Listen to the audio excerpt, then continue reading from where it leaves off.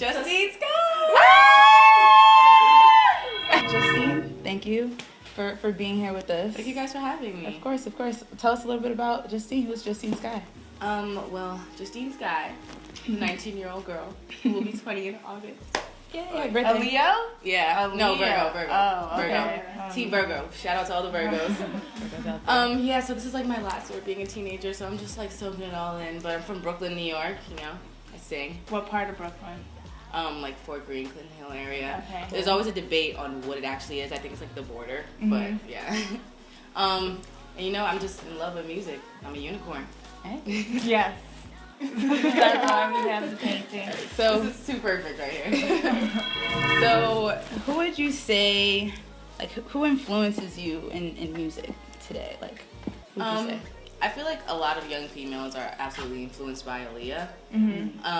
Also, like Beyonce, she's such a hard worker. I hope that one day, like, I can work as hard as she does. Right. Missy Elliott, because she's so like out of the box. Like, she's really like, she's not afraid to do what she wants to do. Like, her music videos, her songs, her like, just what she's talking about is just really cool. So, and also like Drake. Man, I love Drake. Even though like he's We're all influenced by Drake. Yeah. Girls love Drake. One of those the keys, right?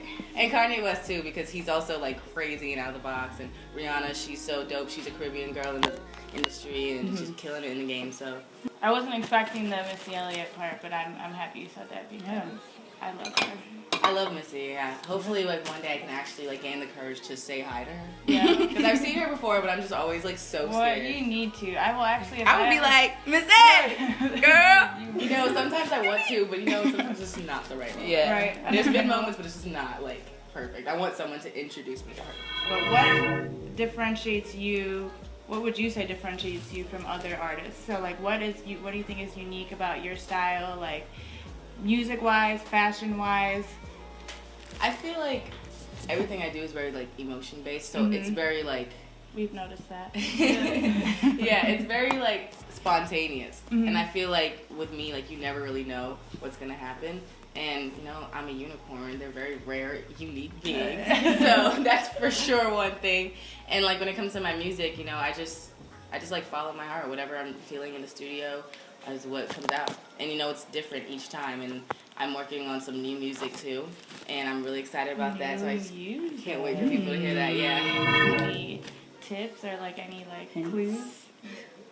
Well, yeah, I'm working with DJ Mustard. I mean, I've already worked with him. He did, like, my first major single. And so we're working on a project together, and it's going to be amazing. It's already amazing, and we just got into the studio for 1 week, so I can't wait. So you mentioned that you're working with DJ Mustard now. So how does it feel to make the music that you're making now versus the music that you made in the past?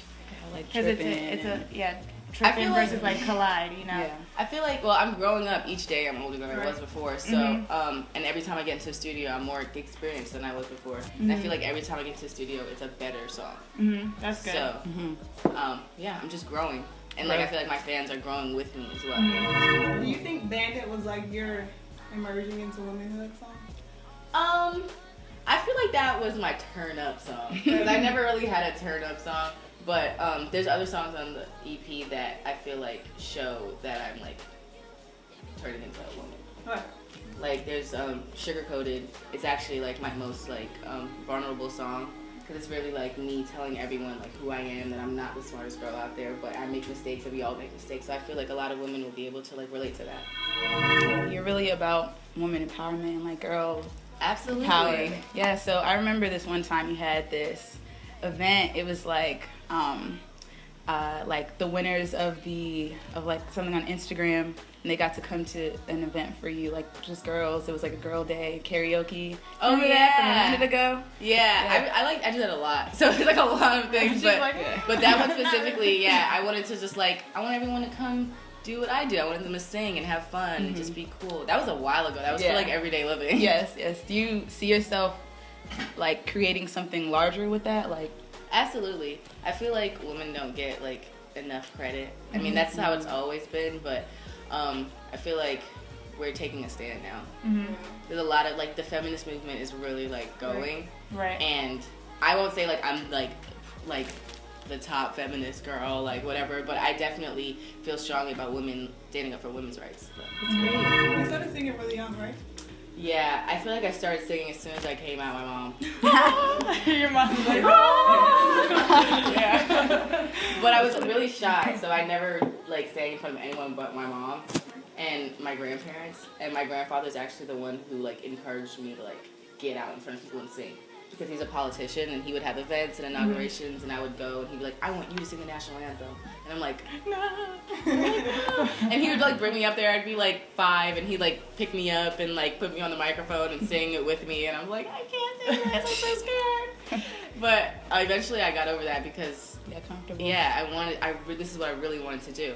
And I couldn't be scared doing this. I can't, every time someone asks me to sing, I can't be like, no, like I can't sing right now. Like, so I just got over that and I just had to take a chance and was there something specifically that helped you to get over that, or it's just practicing? Well, it was one day I was at a BMI panel, and my aunt, she was actually like in my ear, like, you better get up. It was a panel, first of all. It was like they were doing a Q&A. It wasn't like a performance or like anything like that. And my aunt was like, you better get up there and sing, or no one's ever gonna take you serious. Don't ever say you want to sing ever again.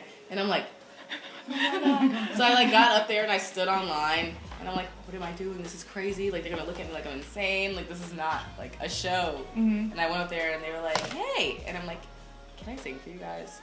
And then they're like, sure. That's a strange question. And I sang for them. And it was, like, room filled with, like, music executives. And, like, it was the panel was for people who wanted to get into the industry and, like, how to go about that. Well, that's a great way. Right there.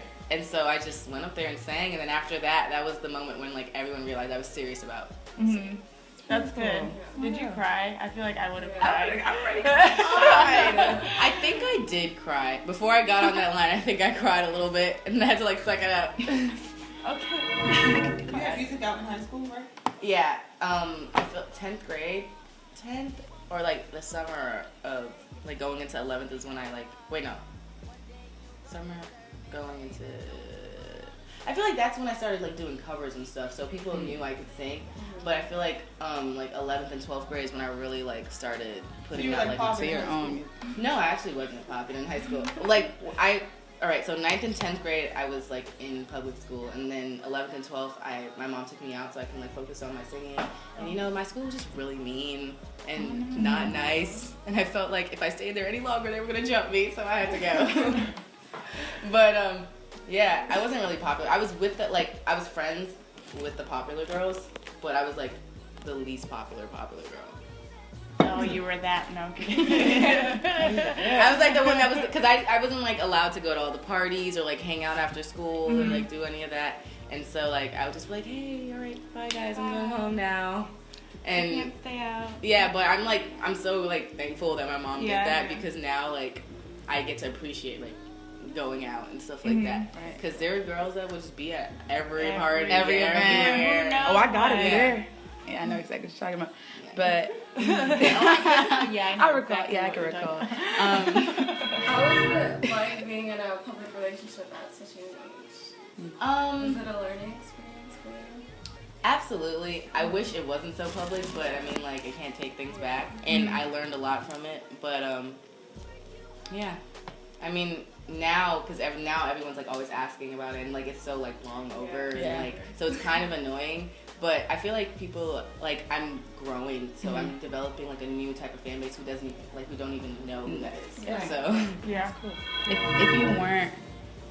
If you weren't singing, what do you feel like you would be doing? Like, is there any other avenues that you feel like you would want to, delve into? She did say she'd be at Howard. Oh, yeah. I probably would be at Howard, but I'd probably be wanting to study psychiatry, because I'm really interested in like how the mind works. So Emotionally Unavailable. Let's first talk about your EP. Amazing. Thank you. EP. Yeah. What's your favorite song on it? Like, how was it making the EP? Like, what was that like for you? It was really like complicated. Honestly, like if there wasn't, like when I go into the studio, there's not like an intention like, all right, we're working on this project. It's just like we're working on great music. And then we're like, oh wait, maybe we can do like an EP and put these songs together because they fit together and they're this and they're that. And I'm like, yeah, this makes sense. So then we build a story around it, and I felt like at the time, it was after my relationship, so a lot of my fans, they wanted to know, like, what was going on, and, like, answers. They're like, we need answers, and I wasn't really, like, public about it, because I don't want that to be the major focus. Right. I want people to focus on my music. Right. So I found a way to, like, express that through my music. Mm-hmm. And so I feel like Sugar-Coated is my favorite song on there. Fave. Yeah. Because it really explains, like, everything. I love like, that song. even, like, whether it's a relationship or, like, just in my life. Because sometimes I make mistakes. You make mistakes all the time. And I feel like it's a learning process. Mm-hmm. Well, how do you feel like it's different from everyday living? Oh, it's so different from everyday living. Everyday living, I was like a little girl. And I was in a relationship. And I was in love. And I was just having fun. And this was all new. I just got a record deal. I was like, yeah. And now, Emotionally Unavailable is like, all right. Something happened to me, and this is my story. Yes. So your tattoo, would you like it removed, or do you? Like, how do you feel? Honestly, still have it? yeah, I still have it. Okay. It's really, like, messy, but you know what? I like it, because it, like, tells a story. It's part and of it's, you. like, yeah, it, like, there's a lot behind it. It looks like it went through something. Right. And so, at first, I wanted to, like, get it removed. I'm like, why did I get this? This is so stupid. Like, why did I do this to myself? But then, like, when I, like, take pictures and I look at it, I'm like, oh, this is a little cute, like, little thing on my arm. It means something to me. It's the title of my EP, and I really love it. Mm-hmm. I actually named the EP Emotionally Unavailable after I got the tattoo. Oh, wow. Oh, we Yeah. didn't know Is that. that your first tattoo? Oh, no. My first tattoo was when I was 15, and my mom hates that. Yeah, my mom. How's your tour been? How's your tour? It's been so amazing. Everyone's been showing me so much love. I was actually scared, but every time I get on that stage and I see, like, everyone in the audience's face, it just reassures me that this is what I want to do, and that there's a purpose for this, and that people actually, like, care, and they want to hear what I have to say, and they want to hear the music. So it's such a great feeling. So what can we expect up next for Justine Skye? Any collabs? Possible. I mean, collabs, they're so, like, spontaneous. Like, you never know. It can be, like, last minute. Right. You know, Drake, sometimes he just wants to hop on songs. So maybe Right. he'll just hop on one of my songs. You Let's just know. put it out there. He's Drake. infamous for that. So Drake. Hop on my shit. Hop on my song. And I'm going on a super, super huge tour that I'm really excited about in September. So we're the HRCHY, and I'm Justine Skye, and you're watching our Daily Bread. Make sure you check out my EP, Emotionally Unavailable, out right now. Right now. Go ahead and get it. Get it. You know